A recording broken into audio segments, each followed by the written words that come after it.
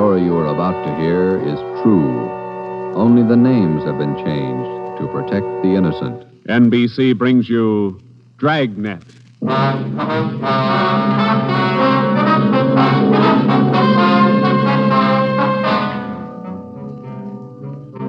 You're a detective sergeant. You're assigned to robbery detail.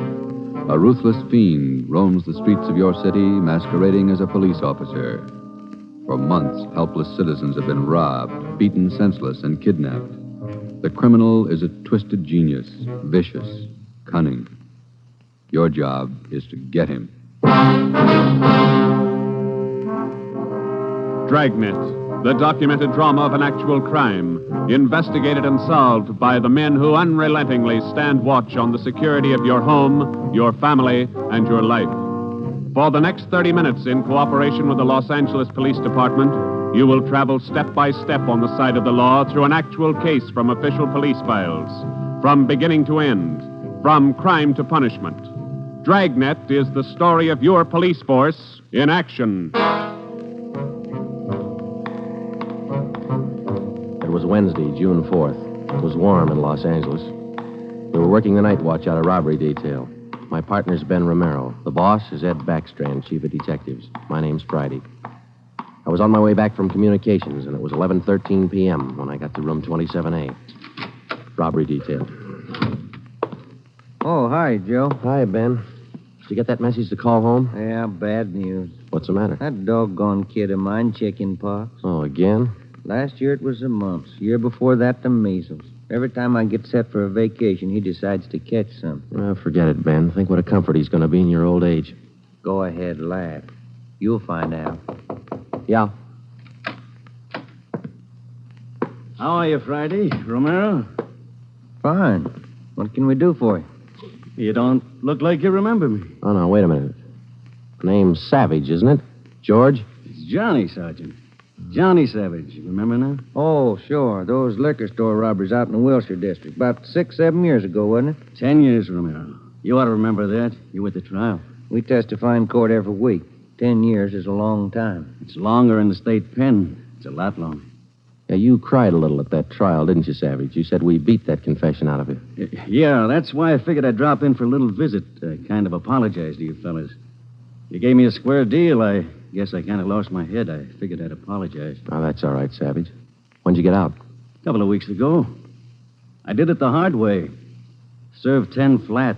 I don't know my day. You find a job yet? Yeah, Friday. I'm working nights. What kind of a job? Laborer in a warehouse, south end of town. Good. You decided to level? 10 years in prison's a long time. You learn a lot of things. Nights are long. You think a lot.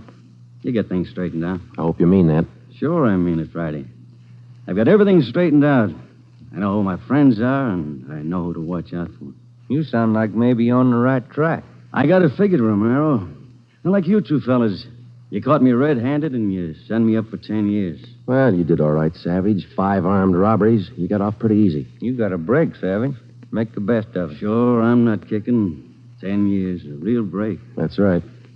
Well, just dropped in for a little visit. Maybe I'll see you fellas sometime. All right, Savage? Keep your nose clean? Sure. No hard feelings. No. You just took 10 years of my life, that's all. There's no such thing as a man going through prison without changing. And Ben and I have seen him switch in both directions. Some men learn their lesson after they land behind bars, and when they're released, they turn into good citizens. Johnny Savage was sour. We made a mental note to check him out later on, and then we went down to the record bureau and pulled his coming out mug. That's about all that we had time for, because about an hour later, we started to get busy. Hot shot, Joe. Grab it. On the corner of Selma and Naples, the drugstore, 211 and probable attack. On the corner of Selma and Naples, 211 and... What you got, Joe? Selma and Naples, 211 and attack. Come on.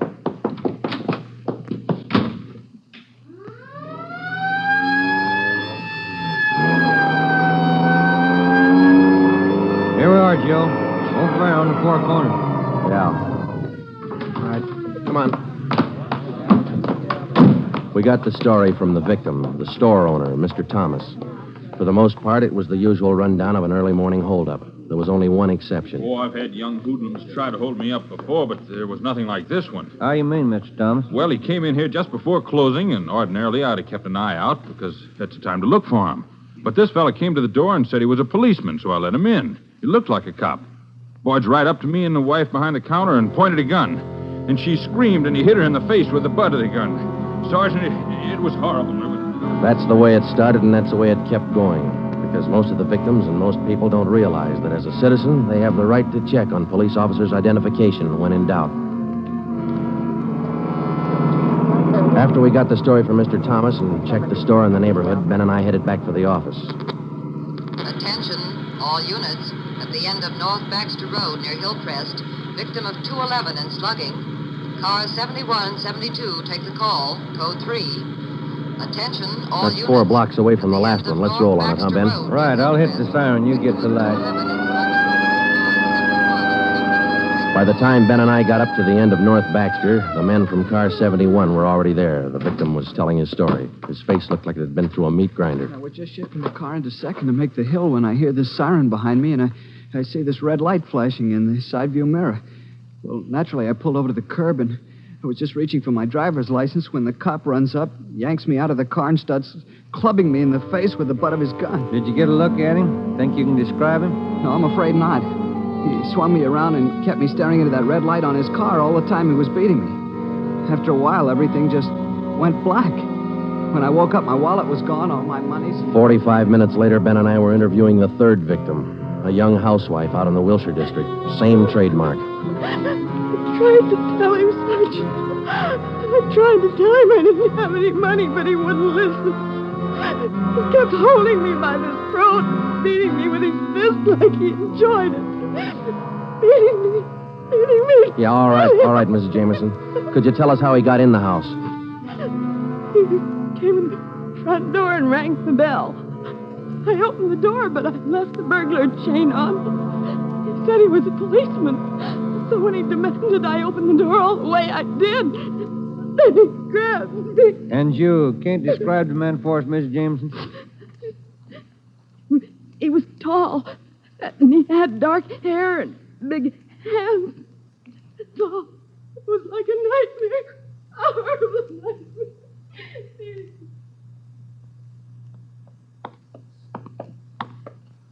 Tall, dark hair, big hands. Your guess the same as mine, Joe?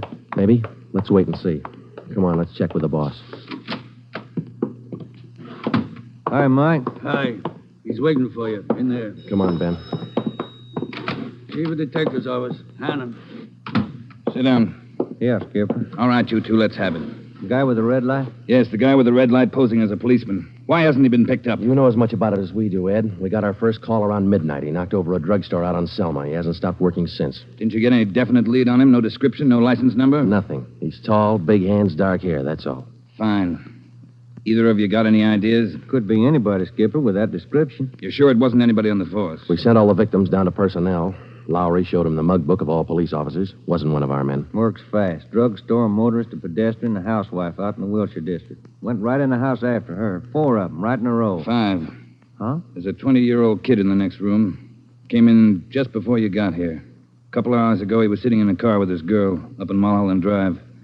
This red light bandit comes along, slugs him, and kidnaps the girl. Kidnapped? She still missing? Not a trace. When did this happen? A couple of hours ago. They brought the kid over from Georgia Street Hospital. We can talk to him now. He's had a bad time. Right in here. Okay. Pete, we're going to have to ask you a few more questions. Oh, yeah. Okay. It feels a little better now. This is Sergeant Friday and Sergeant Romero. Hi, Pete. Hi. Can you tell us what time the trouble started? Oh, about 10:15, 10:30. Sally and I were sitting in the car talking about where we were going on our honeymoon. We're going to be married next month. And then this car pulls up behind us and starts flashing a red spotlight on us, and a guy runs over and pulls open the door. He said he was a cop. Did you get a good look at his car, Pete? I think it was a black sedan. Did you get a look at the man, Pete? No, I didn't. It was pretty dark, and he kept me staring into that red spotlight. It all happened so fast. Then he started slugging me, and I went down. What happened then? Well, the next thing I knew, Sally was screaming. He had one hand on her throat, and he had her backed up against the side of the car. He was beating her with the other hand. Some kind of a short billy club. Well, I got up and I started for him, and he slugged me again. When I came to, Sally was gone. Anybody check the area up there, Ed? Yeah, Davis and Griffin. Didn't find a thing. Oh, Sergeant, you gotta find it. You got to. I wouldn't know what to tell her folks. I wouldn't know what to say. That's all right, Pete. We'll find her. You take it easy. Got a hot shot, Ed, up on Summit Road near Westmore. A woman, unconscious. Ambulance follow-up. Possible dead body. All right, Hannon. Look after Pete here. Friday, Romero, let's go. Up ahead, Romero, to the right. Okay, Skipper? Yeah, there's the ambulance and the cruiser car. Sure a lonely-looking spot. All right, come on. Hiya, Doc. What'd you find? Hiya, fellas. Right over here. Just gonna take her in. Where'd you find her? Over there, by the side of the road. Somebody driving by saw her. They called us. Any identification? This bracelet on her wrist. To my dearest Sally, from Pete. December 25th, 1947. That's a girl, all right. What are the chances, Doc? I wouldn't bet on them. Pretty bad shape.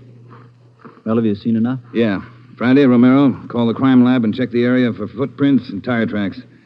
I'll ride back in the ambulance with the girl. If she regains consciousness, I want to talk to her. All right? Okay, Ed. I'll meet you in the office by 8:30. We're working straight through till we get this guy. See you at the office, Skipper.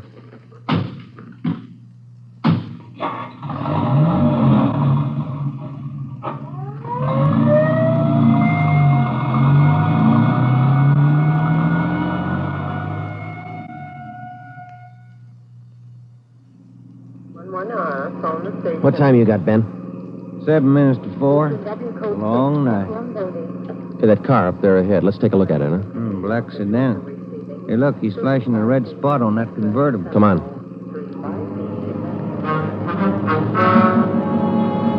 He sees us, Joe. He's pulling away. Get that gas pedal down to the floor. Already there. He's turning off right. Hit the siren. I'll get the light. We're gaining a little, Ben. Next corner to the left. Joe, where'd he go? It's a fancy driver. Try the alley up ahead to the left. Here. Must have turned up that cross street. Get through the alley and double back on him. Right. There he is, Ben. Look out. Watch it, Joe. Watch it. He's going to ram us.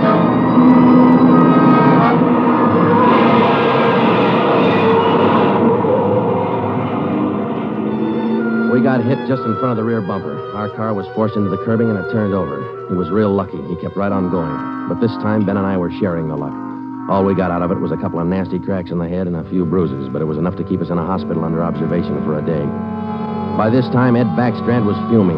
So were the newspapers. During the day we spent in the hospital, the red light bandit went on a real blitz. He pulled 6 more jobs, 1 liquor store, 2 residential holdups, and 3 car robberies. 5 of the 6 victims were slugged and beaten. Davis and Griffin had taken over for Ben and me, and by the time we got back on the job, they'd built up a lead for us. We've been working with Wilkerson up in auto theft, Joe. He's used 4 stolen cars already. We got the makes and numbers on each one of them. How about the dark sedan he was driving when he rammed us? The boys picked it up this morning out on Sepulveda. We're checking it for prints now. Oh, that's fine, Dave. You got any description on the guy yet? No luck there, Joe. He works too fast. Nothing at all? The same as you had. Tall, black hair, big hands. Loves to use them. Friday, Romero, got a minute? Okay, Skipper. Check you later, Hyundai. Sure thing, boys. Sit down. How do you feel? Pretty fair, Ed. Little stiff here and there. All right, did Davis fill you in? Up to date. Okay, I just called the doctor who's handling Sally Wilder, Pete's girlfriend. You remember? Oh, yeah. She's been in pretty bad shape since we found her up there on Summit Road. This morning she took a turn for the better. She's conscious, and her doctor thinks she might be able to talk to us a little bit. Good. When? About an hour. I cleared it with the doctor and with her family. You'll only be able to stay a couple of minutes, so make the most of them. That's all. All right, Ed. We'll check with you later. Say, Joe, Ben, here's some mail came for you fellas while you were gone. Oh, thank you, Mike. We're going over to the county hospital. We ought to be back in a couple hours. Okay. Say, there's been a couple of phone calls, too. Yeah, anything important? I don't think so. The guy just called to say hello. Said his name was Johnny Savage. He just called to say hello. I presume you men are aware of the girl's critical condition. Yeah, that's right, Dr. Froman. We saw her before she was taken here at the hospital. Yes. You understand, of course, that you'll be able to see her for only a few minutes, and please try your best not to excite her, huh? Right, Doctor.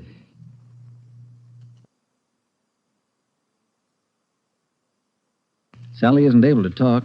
Bad mouth and face injuries, so your questions will have to be answered simply yes or no and nod of the head. Okay, we got you.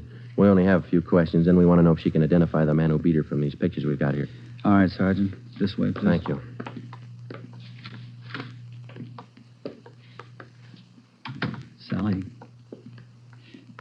Sally, these gentlemen are from the police department. They'd like to ask you a few questions. Now, there's no need to be nervous or afraid. Just simply nod your head yes or no. Oh, that's fine. All right, Sergeant. Sally, did you see the man who attacked you? Yes. She says yes. Did you get a good look at his face? You did. All right, Sally, now you can answer these three together. Just yes or no.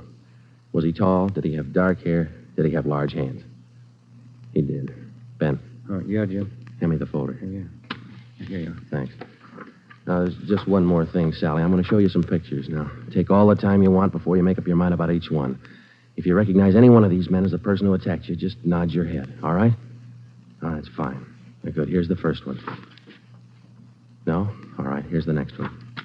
No. How about this one? No? All right. Here's another. Do you recognize him? This was the man? Are you sure, Sally? Thank you. That's all. Let's go. Did you find what you wanted, Sergeant? Yes, Doctor, we did. Here, it's this one. Nice-looking chap. Who is he, Sergeant? His name's Savage, Dr. Froman. Johnny Savage. When we got back to the office, we checked in with Ed Backstrand. In 5 minutes, an all-points bulletin and a full description of the suspect was broadcast to every radio car, every motorcycle officer, to every sheriff and law enforcement agency in Los Angeles and Southern California. By nightfall, the manhunt was on. More than a dozen extra patrol units were called in for duty that night, and when they pulled out of the police garage, the name, the picture, and the full description of Johnny Savage was in the possession of every officer. The same for the patrolmen, whether they walked a beat downtown or out in the residential areas. The picture of Johnny Savage went with them. Everything was done that could be done. On the second night of the manhunt, far out on the edge of town, Johnny Savage, the red light bandit, got his 12th victim, a 63-year-old storekeeper. Attention, all units. 939 Markham Street, near Clark. 211 and slugging, code 3. Ambulance dispatched. All units. 939 Markham Street, near Clark.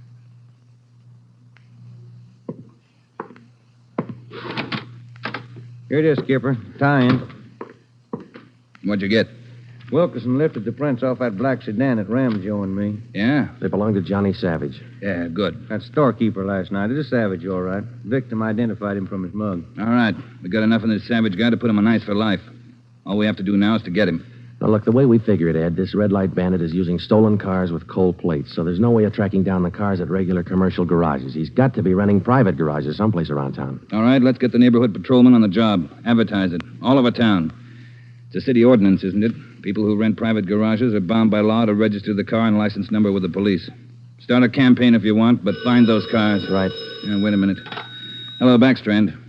Yeah? When? I see. Yeah, thanks.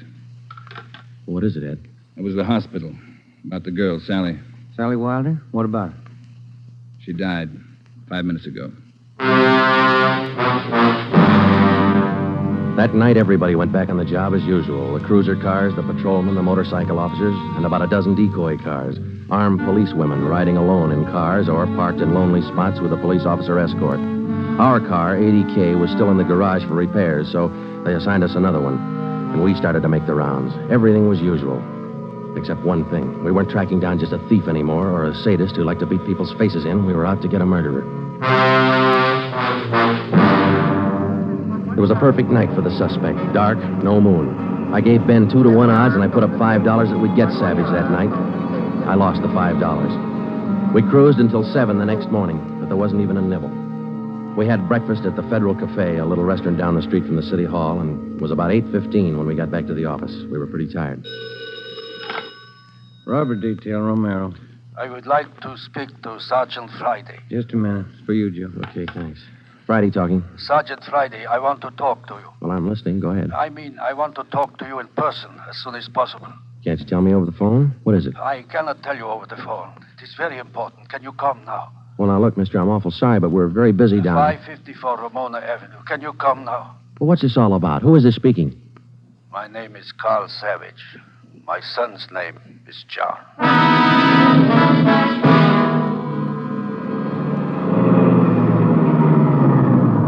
Here it is, Joe. Neat-looking little place. Yeah.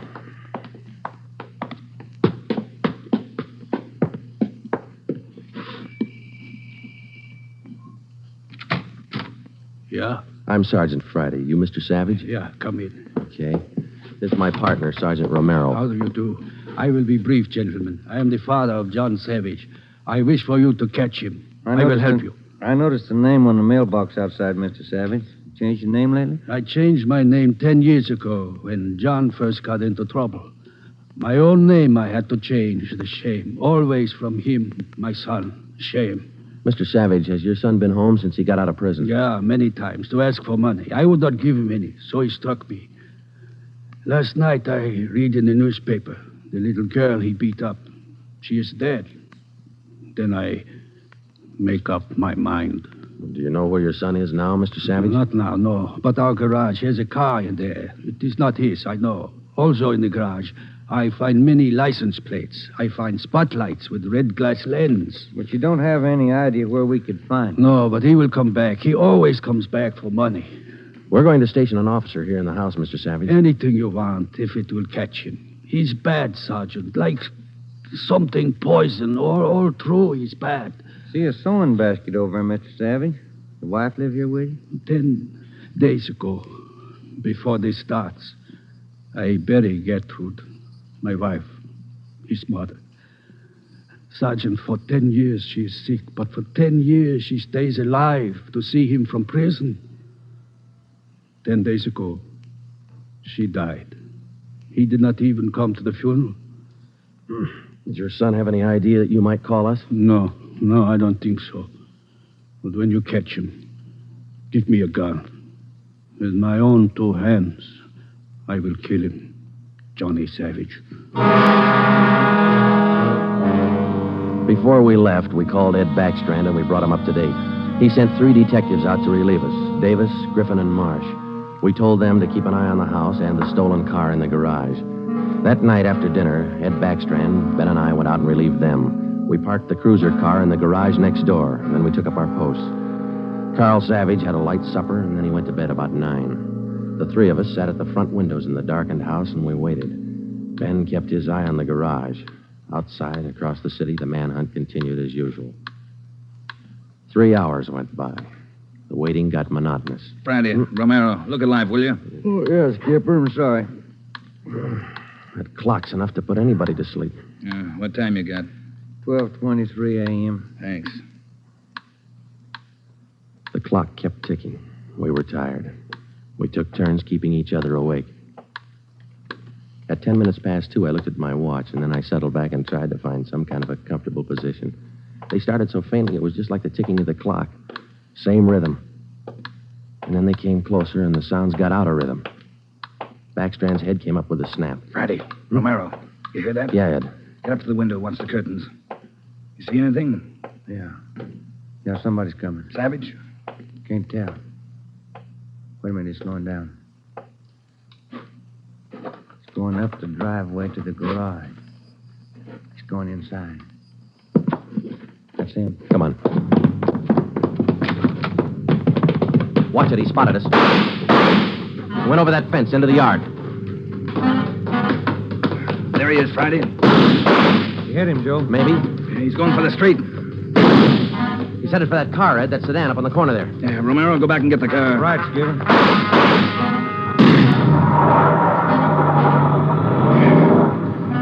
Must have parked up the block before he came around. Where's Romero? I don't know. Oh, here he comes now. All right, let's go. Get that radio on, Joe. It's already on, Ed. All right, give him a call. Any sign yet? No, nothing so far. Next corner to the right, Ben.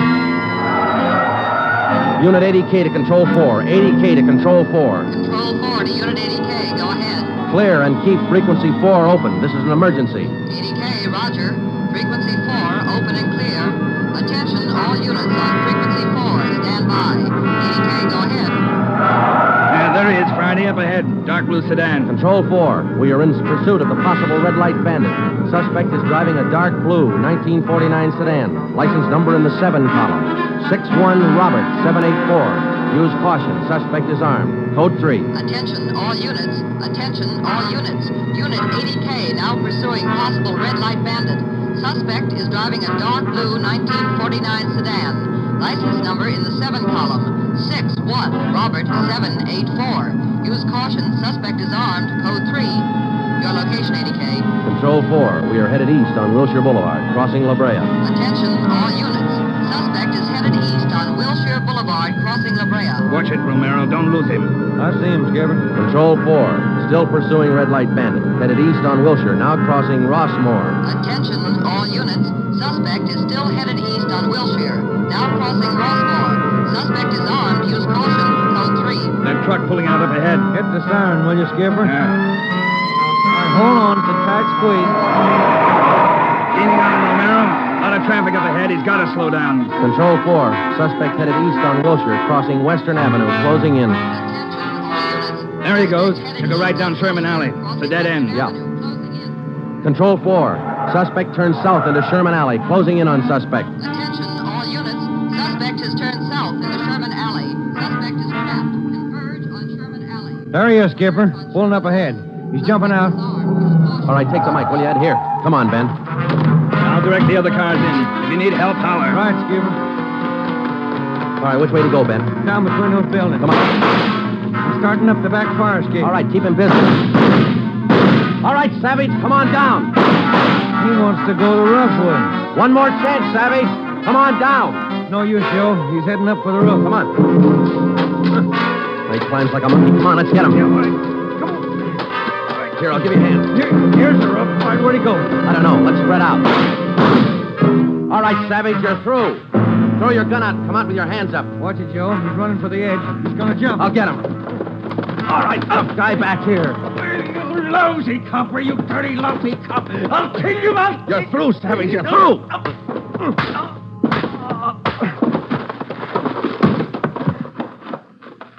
Good, Joe. Yeah. Throw the cuffs on, will you? Yeah, you just betcha.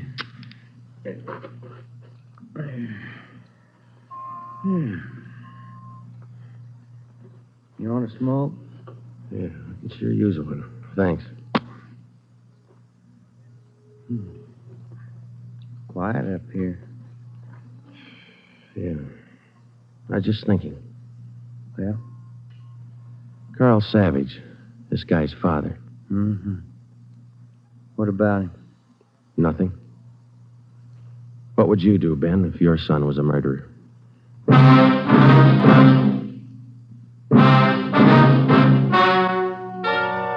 The story you have just heard is true. Only the names were changed to protect the innocent. John Savage was tried and convicted of murder in the first degree. He was executed in the lethal gas chamber at the state penitentiary.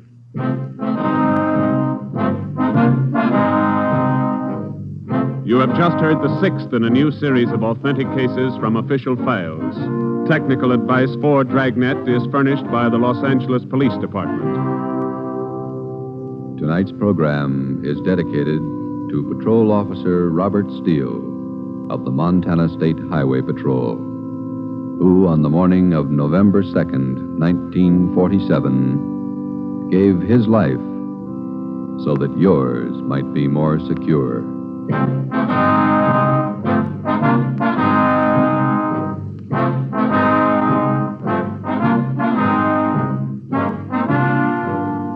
Dragnet came to you from Los Angeles.